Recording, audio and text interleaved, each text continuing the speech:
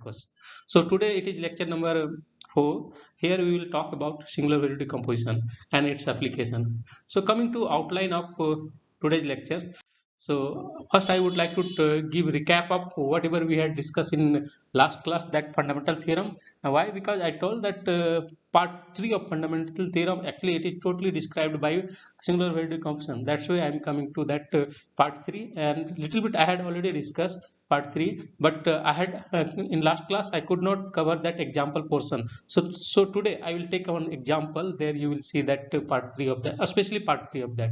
Okay, part 3 of fundamental theorem, and after that I will go to discuss about what is singular value decomposition, and I will talk about one line derivation of the singular value decomposition. One line derivation, that means derivation part of the singular value decomposition is very easy. It is very easy, all about geometry. How much geometry you understand about singular value decomposition, that will give much of the application part of singular value decomposition. Derivation is very simple. So one line derivation, you will see it here. uh, okay, after I will talk about one rank matrix and how much importance of one rank matrix is having in singular value decomposition, and how singular value decomposition is affecting one rank matrix. So both vice versa we will see. That means both are having benefit to each other. So that's that perspective we will see.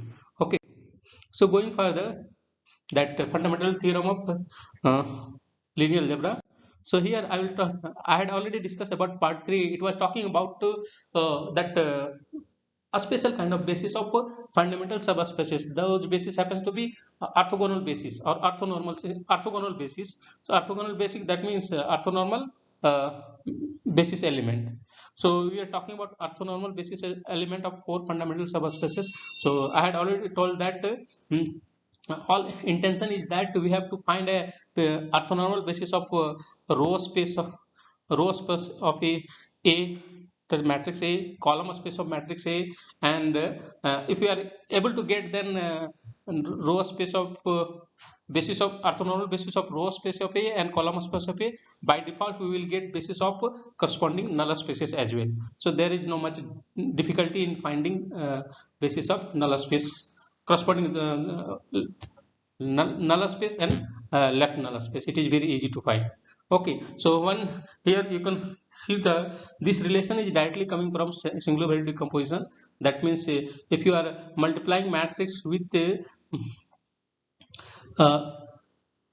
one orthonormal basis of row space of A, then you will get orthonormal basis of column space. This one V1 is orthonormal basis of row space. That means orthonormal basis of one orthonormal basis of column space of A transpose, and U1 is talking about orthonormal basis of column space C of A, that it is talking about. So relation, you can say that A times U V1 equal to sigma times U1. That is the relation. It is directly coming right now. Just believe that it is directly coming from singular value decomposition. And if you talk about what are UIs and what are VIs, then UIs happens to be eigenvector of A transpose V, A transpose A, and UIs are eigenvector of A into A transpose. So that means what are if you are having A, then you can find UI, you can find VI. One more thing here, this UIs and VI are orthonormal in nature. Means if you take any V1 V2, then dot product would be 0, and if you try to talk about norm or magnitude, then it would be unit. That means norm of V1 would be 1, norm of V2 would be 1. Unit vector, it is behaving like unit vector. Okay, so that is the relation. So all these things I had already told that are remaining remaining if you're trying to find remaining orthonormal basis element, then just these will contributed from null space of A, and remaining orthonormal basis element of codomain space Rm, then those will be contributed by null space of A transpose. So simply those are just about solving homogeneous system, and easily you can get that with respect to what? With respect to free variable, you will get those things. So it won't affect much. So coming to example, here I have taken one example. So this, what is happening that we had taken R number of orthonormal basis element for source or range of space, thanks to what? Thanks to eigenvector of A transpose A. So all these are orthonormal basis. Now remaining n minus r we will get thanks to null space of A. So remaining we will get that from null space of A. Or simply we can say that these are actually all these are actually eigenvector of A transpose A, and first are associated with non-zero eigenvalue of A transpose A, and last n minus r are associated with zero eigenvalues. So that is the criteria. So all these are eigenvalues of A transpose A. Similarly, these UIs, these are actually also these are eigenvalue of A transpose, sorry, A into A transpose. These are the eigenvalue of A into A transpose, and here first R are related with non-zero eigenvalues of A into A transpose, and last m minus r are associated with zero eigenvalue. So all these are eigenvalue, and we know that if you take a matrix A and if you define A transpose A, it is always a symmetric matrix, and if you define further A into A transpose, that one is also a symmetric matrix. So symmetric matrix is always having real eigenvalue, so there is no issue to find eigenvectors. So if you are having real eigenvalue, easily you can find eigenvectors, and if you are getting eigenvector, all about it is process of finding eigenvalue, eigenvector. Okay, now this relation, if you try to look, it is directly coming from singular value decomposition. This relation, it is complete.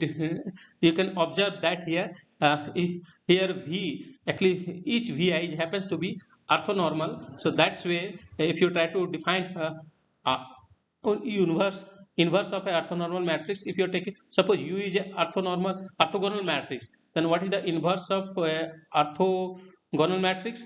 Anyone can comment over it? What is the inverse of a orthogonal matrix? How you can find easily? Anyone? Because both branch of students, they have taken linear algebra in last semester and last semester. What is the inverse of orthogonal matrix? How we can find inverse? Any idea? Are you able to listen me or not? Am I audible? Okay, so I'm asking that what is the inverse of a orthogonal matrix? Yeah, that would be orthogonal. But what is the inverse? So you have to define inverse of a orthogonal matrix in terms of the matrix itself. That means suppose if A is orthogonal, Q is orthogonal matrix, what is the Q inverse? How you will get? Yeah, nice. That answer I was asking. So it is just how. So there is a benefit with orthogonal matrix is that you can find inverse of that easily by transposing that matrix. So you simply get A transpose. So what from this representation, what you will observe that A, you can write it like this way: multiply both side, uh, do post multiplication both side with V transpose. So V into V transpose would be identity matrix. Why? Because V is a orthogonal matrix and V into V transpose would be identity. So that's why A can be written as here U time sigma is a diagonal matrix into V transpose. Very simple to write. So you have come across a decomposition of any rectangular matrix in the sense that this one is what we are calling it orthogonal matrix. Sigma is a diagonal matrix, and this V transpose is again V is a orthogonal matrix. So V transpose would be also orthogonal matrix. So orthogonal, diagonal, orthogonal. Diagonal is just talking about what it is. A scaling kind of a scaling factor. It will scale, it won't rotate anything, but orthogonal matrix is rotating. So orthogonal matrix is talking about rotation. So this one is talking about scaling, and V transpose is again talking about rotation. So that's, so you have come across here A is any m by n matrix. So here you are getting trying to express the matrix A in term of eigenvectors, eigenpair of A transpose A. You are not expressing A in terms of eigenvectors of A while in place of that we are expressing A in term of eigenvector of uh, A transpose A or A into A transpose. And there is one more benefit. All this one is talking about, this one is giving basis of uh, what it is talking about, basis of target space Rm orthogonal, it is giving orthogonal basis of target space Rm, and V is talking about orthogonal basis of Rn, source space or domain space of Rn. And if you go something more than that, that the fundamental third part, it is saying that it is containing first R are actually basis of row space, and rest of n minus r columns happens to be basis of null space of A. And likewise also you can say it here. So that is the scenario of part third, and it is also it is directly coming from singular value decomposition. This is the singular value decomposition, or what SVD we used to call.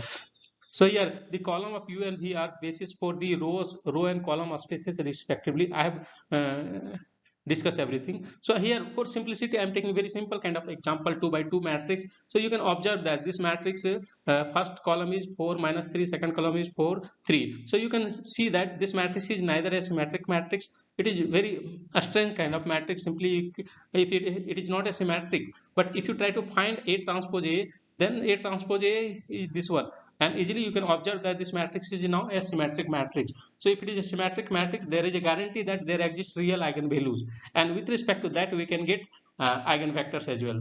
So it will give all first we will find eigenvector of this one A transpose A, those we will denote it by Vi, okay, and corresponding eigenvalue we will denote it by sigma I square.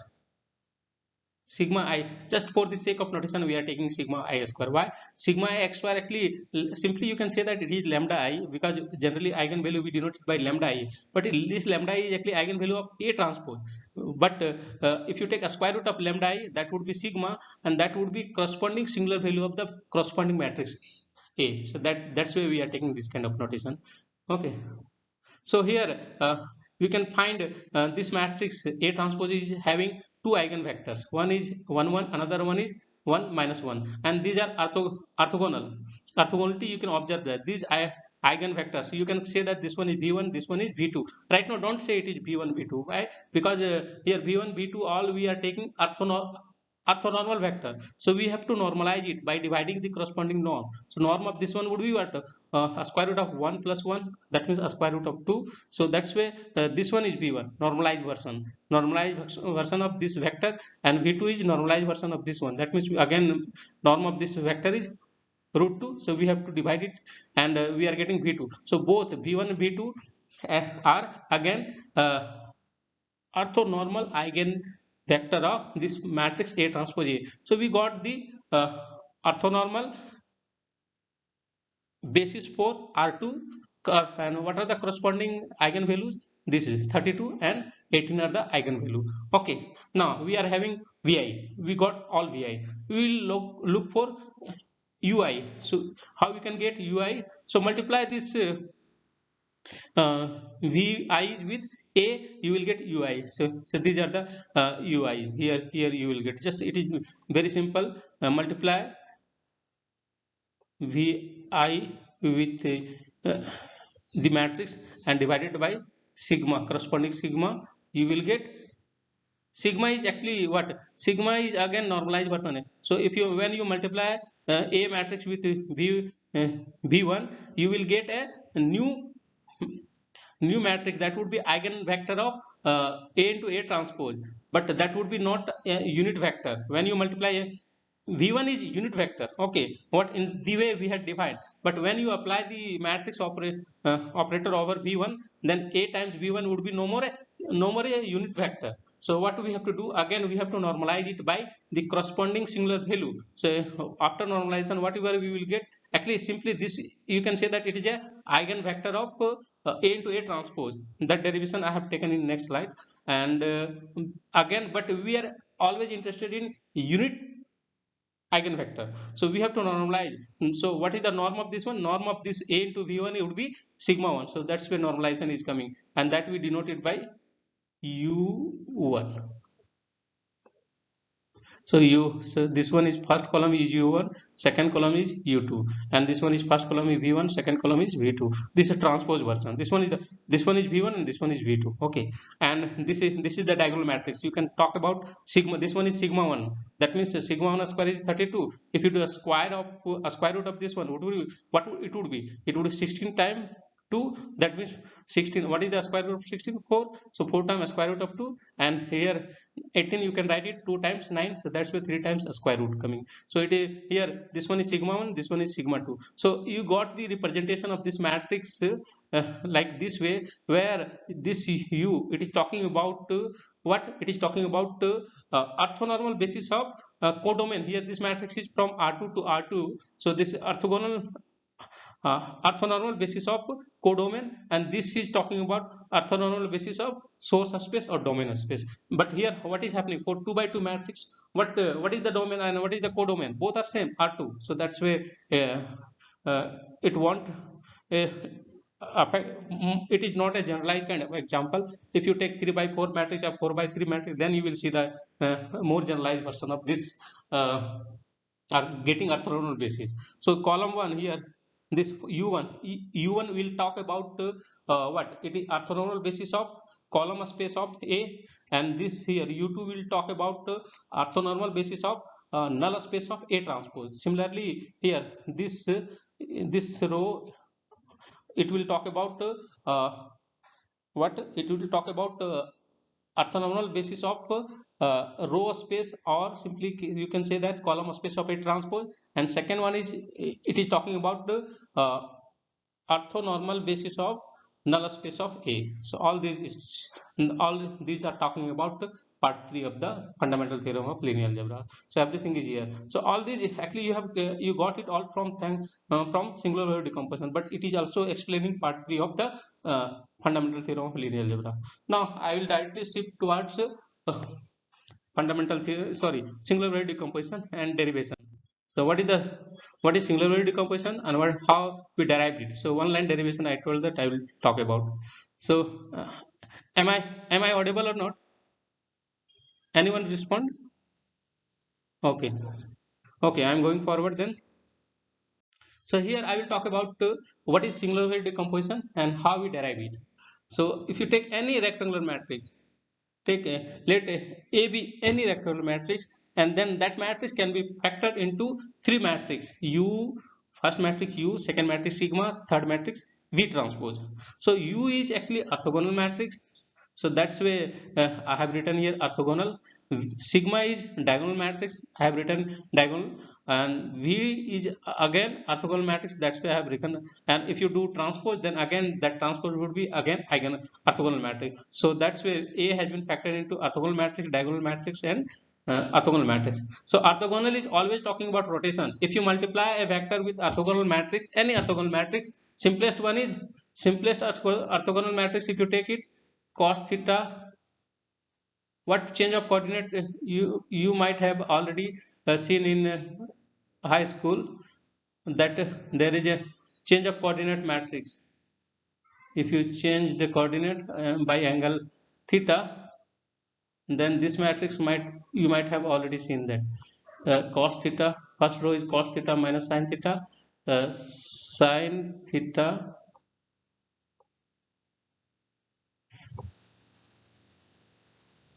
cos theta. Okay, you can see that this kind of matrix you might have already seen your high school as well. So this matrix is one of the very interesting kind of orthogonal matrix. And what is happening, this any orthogonal matrix is just talking about rotation. So that means orthogonal matrix is not, if you multiply orthogonal matrix with any vector, then that orthogonal matrix is actually not going to change the magnitude of that matrix, only it will change the direction, or that means it will change the angle.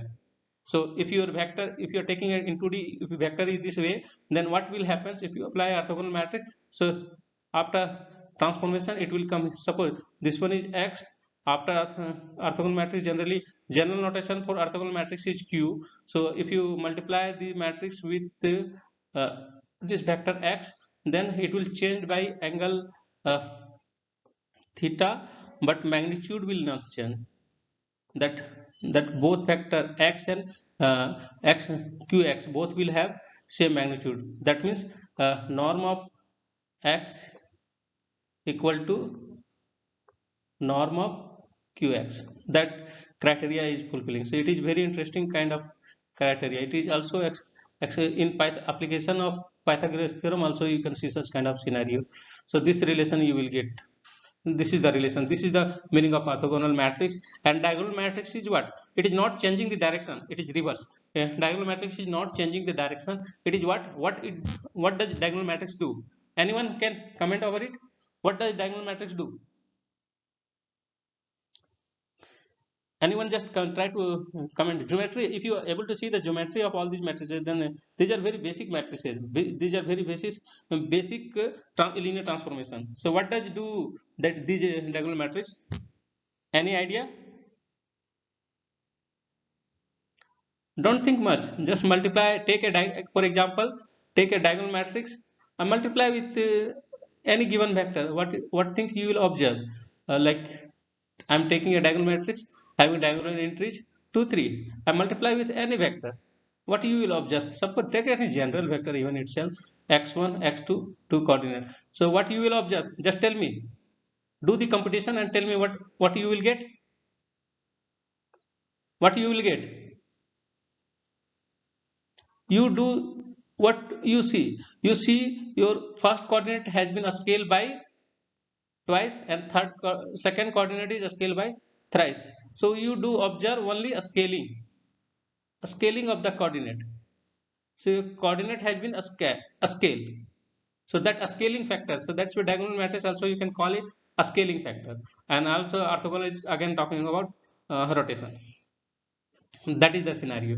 So here I was talking about singularity decomposition. So a matrix, any rectangular matrix can be factored into in 3 matrix where we call the columns of U happens to be eigenvector of A into A transpose and columns of V happens to be eigenvectors of A transpose A. Remember the order. Always remember the order. Okay. And the singular values on the diagonal of sigma matrix are the square root of non-zero eigenvalue of both A into A transpose and A transpose A. What is meaning of this one? Actually, both the matrices A into A transpose and A transpose into A both are having the same eigenvalues. So that is meaning of that. So that means if someone is asking, and one more beauty of of these two matrices are what? So both share the same eigenvalue, and if you are getting eigenvalue of one matrix, you can get by multiplying the matrix A, you will get eigenvalue of other matrix. So that is the beauty. Apart from that, suppose if you are taking 2 by 100 matrix, so 2 by 100 matrix. So which one is easy to compute? For which matrix is easy to compute? A transpose A or A into A transpose? Who would suggest which one is easy to compute? What would be size of this one? A transpose A? What would be size of this one? Just try to answer fast if I am asking. It is 100 by 100. Very big size matrix. Difficult to if you are trying to find, at least it will have 100 eigenvalues. Okay, 100 eigenvalues. Very difficult to calculate. But if you go to calculate eigenvector of A into A transpose, what would be size of this one? What would be size? 2 by 100 into 100 by 2. That means 2 by 2 matrix. So that means this is a symmetric matrix. So this matrix A into A transpose will have 2 real eigenvalue. Then these 2 real eigenvalue will be also shared by this A transpose A. Then what about rest of 98 eigenvalues? What would be those? Those would be 0 by default. Only these two matrices share non-zero eigenvalue. Rest of eigenvalue, if you just try to see the size, which one is having lesser size, first find the eigenvector of that matrix, and then go to find eigenvalue, eigenvector of other matrix, the other matrix. Okay, so these are very much related to each other, so that's why very easy to find. So simply you can say that this matrix A transpose A has, it is having 100 eigenvalue in which 2 are non-zero, rest of eigenvalues are 0. So that is the scenario, story. Okay, so for positive, if you, so for the same singularity decomposition, suppose we are taking a special case. Suppose this matrix A is a positive definite matrix. So in that case, this sigma matrix, it becomes a diagonal matrix where diagonal entries are coming from eigenvalue of A, and this decomposition, orthogonal decomposition, it is taking this what we are calling a spectral decomposition. This decomposition we are calling a spectral decomposition, where Q is what orthogonal matrix, sigma is taken by diagonal matrix. You can say that simply it is diagonal matrix at Q transpose, and here Q here Q columns of Q are actually eigenvalue of the matrix A, eigenvalue of matrix A, provided the matrix is positive semi-definite matrix. That time singular value decomposition, it becomes what, a spectral decomposition of the corresponding matrix. So for a positive semi-definite matrix, a spectral decomposition and singular value decomposition both are same. And similarly, if you are going for symmetric matrix, then what will happen in the sigma, everything would be positive. Generally singular value always happens to be positive, but eigenvalue may be positive, may be negative, but singular value is always positive, or either 0 or positive. That means non-negative.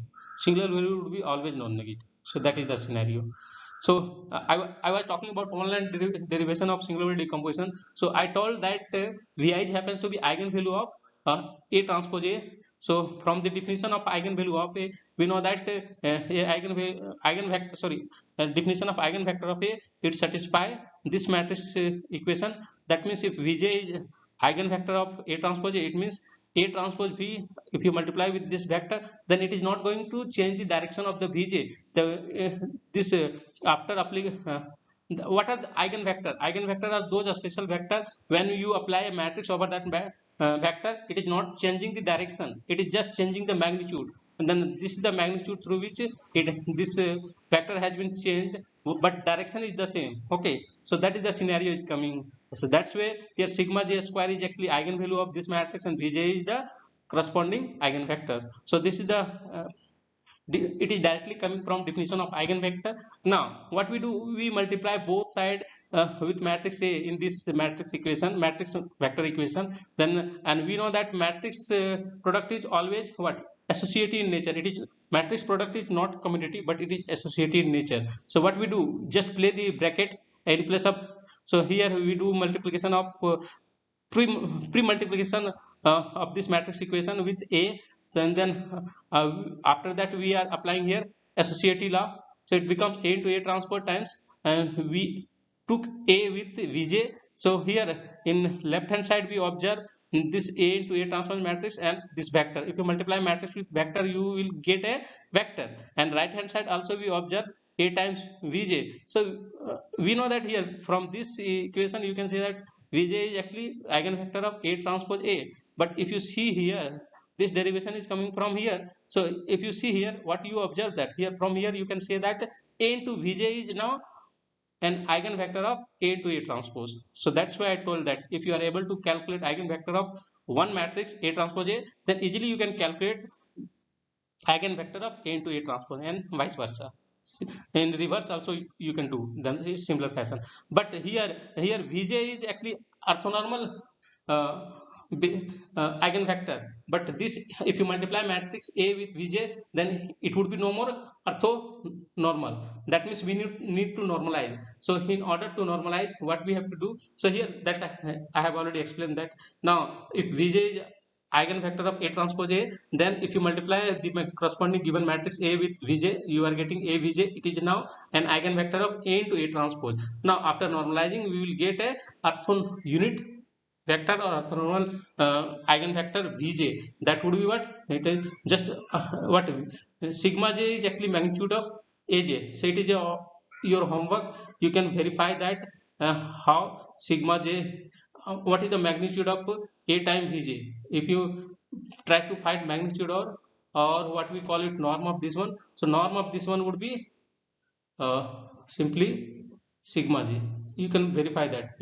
This one is very easy. That means find the dot product of AVJ with AVJ itself. Then you will come to know that norm of dot product norm happens to be sigma j square. So that's why from here, what is norm? Norm is a square root of dot product of a vector with itself. So from there you can deduce that. So you are getting here uj, actually it is unit eigenvector or orthonormal vector of orthonormal eigenvector of A transpose A. So you got Vj, and from Vj you can derive Uj, and from here you observe this relation. So this is the derivation of singular value decomposition. Keep on writing. So what you in the matrix form take like this way. This you are talking about first column of this. Here it would be what? Just write in the first column would be A times B1, second column would be A times B2, A times V2. Likewise, last column would be A times Vn. Okay, so you are going like this way, and this is a story of, this is a m by n matrix and a story of A times Vi. Now we know that A times V1 is what? Sigma 1 times U1. So in right hand side we will write it in place of A times V1. This one is equal to sigma 1 times U1, and A times V2 is what? Sigma 2 times U2, and likewise A times Vn is equal to sigma n times U1 Un. Okay, and remember that only r number of singular value would be non-zero, rest of singular value would be 0. Rest it would be 0 due to properties of A into A transpose and A into A transpose A. So okay, so here if you try to see it, so this you can write it like this way. Take A common. A it looks like pre-multiplication of the matrix V is a matrix having columns V1, V2, V3 up to Vn, and in right hand side take sigma, all these sigma, these are scalar, so you can write as a diagonal matrix. So you can call it like this way. What you do here? So this sigma will come as a diagonal element, and it will define a diagonal matrix sigma, and ui's it will define the matrix. What you do little bit smartly. So, you write left hand side sigma, right hand side. So like this way, diagonal matrix. So this is the story, and this is what it is actually. And further you do post multiplication with V transpose, that means inverse of V, because V is orthogonal matrix. So directly you will get A equal to U times sigma V transpose. That's why I told that derivation of singular value decomposition is just one line derivation, very simple derivation.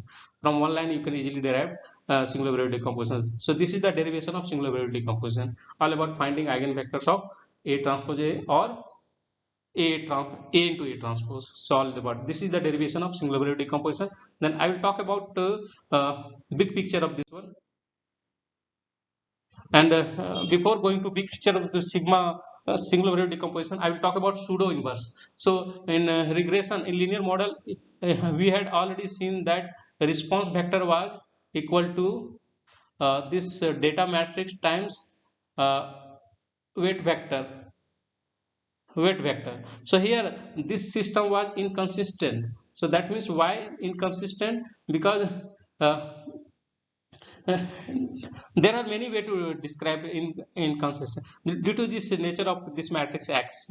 That means the rank of might be less than dimension or less than number of sampling. So here whenever, even if you are in machine learning or data science, we say that this one is this size of data matrix is m by n. Then tell me what is the special name of n and what is the special name of n?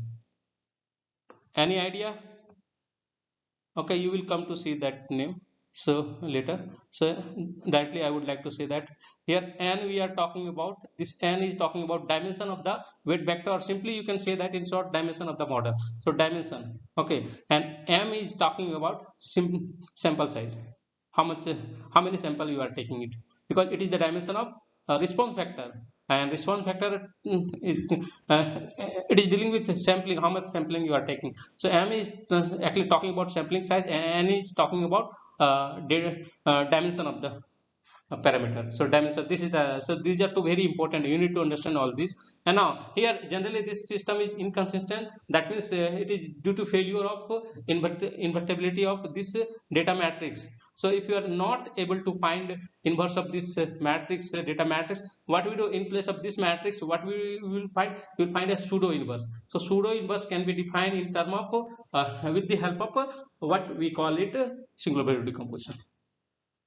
So here this pseudo inverse, we define it is a inverse that we are calling it because we are already having mapping like this way. If you multiply uh, this uh, vj with a, then you are getting ui.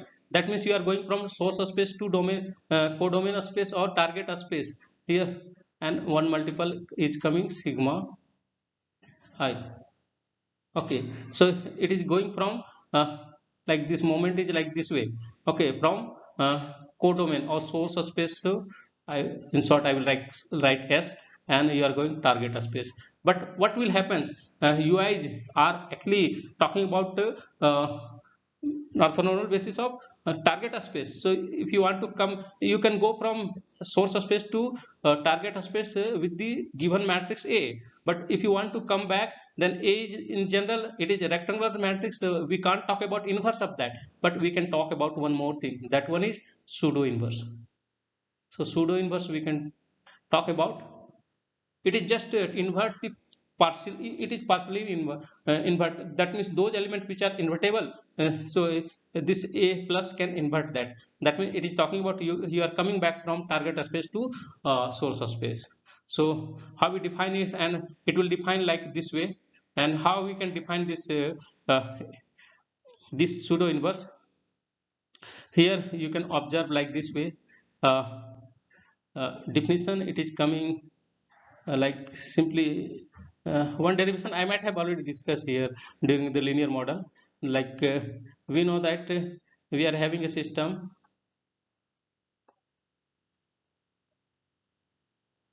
one derivation I had already discussed, a time x equal to b. Okay, we multiply both side with a transpose. Under certain condition, a transpose a becomes invertible. Sorry, a transpose b, both side did pre-multiplication, and we know that this one is under certain condition, this one is invertible. So we are writing least square solution. This one is the least square solution. I am writing it x star. It is what, inverse of a transpose a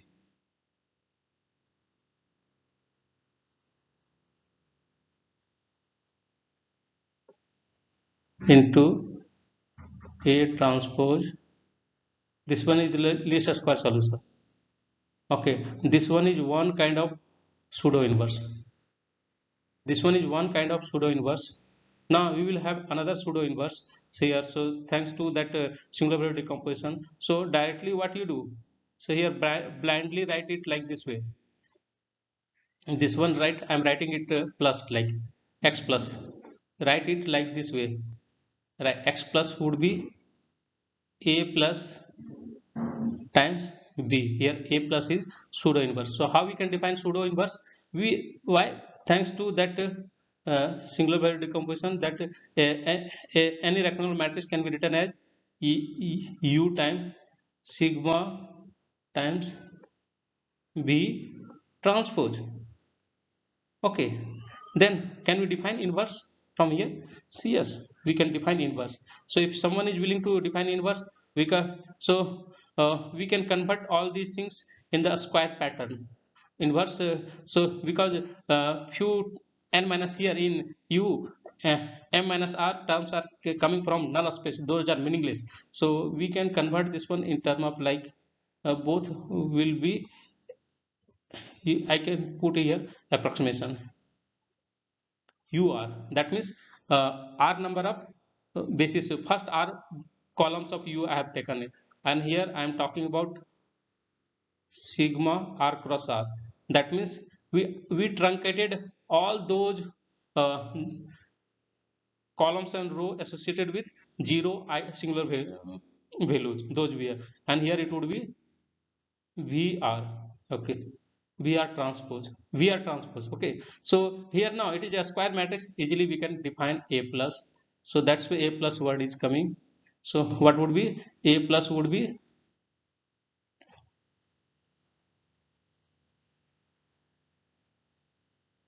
v transpose sigma inverse. So inverse, this inverse is also very easy. If you are having a diagonal matrix, very easy to find inverse. What you do, if you are having a diagonal matrix, find the inverse of corresponding diagonal element. Like if in diagonal place you are having 2, then inverse in the inverse of diagonal matrix it will be 1 by 2. There would be, so it is very easy to find inverse of the diagonal matrix. So here vr transpose u, this kind of pattern it will take. So simply, sorry, not transpose will not come here. Transpose will come right hand side here. This is the pseudo inverse. So we are defining with respect to what, with respect to singular value decomposition. So very easy to define, and from here this is the big picture, you can observe that. So the big picture is coming like this way. If you are going from the source space to target space through with the help of a, then you can come back partially with the help of pseudo inverse. It is not an exact inverse, it is talking about pseudo inverse, and pseudo inverse, that means approximation, you do approximation. So one kind of approximation, and this approximation is coming thanks to singular value decomposition. All these relation you can see it here, okay. And regarding one vector, I think we will discuss in next class, and next class I will start application of singular value decomposition. Okay, any question, anyone is having any question? Anyone, do you have any question?